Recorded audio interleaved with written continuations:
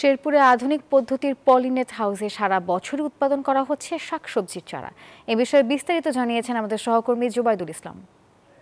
কৃষি সমৃদ্ধ অঞ্চল শেরপুরের কৃষকরা এখন আধুনিক চাষাবাদ পদ্ধতিতে ঝুঁকছেন।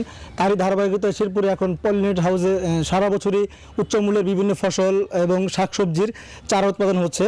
আমি এই মুহূর্তে আছি সদর উপজেলার লক্ষ্মণপুর ইউনিয়নের নন্দীরবাজার এলাকায়। এখানে একজন কৃষক পলিনেট হাউস করেছেন এবং এখানে তিনি কিন্তু উচ্চ মূল্যের বিভিন্ন ধরনের শাকসবজি ফসল সহ নানা ধরনের সবজির চারা উৎপাদন করছেন এবং বিক্রি করছেন। আমি একটু তার কাছে জানতে চাইবো যে এই পলিনেট হাউসের সুবিধা কী কী এবং আপনি কী কী চারা উৎপাদন করছেন।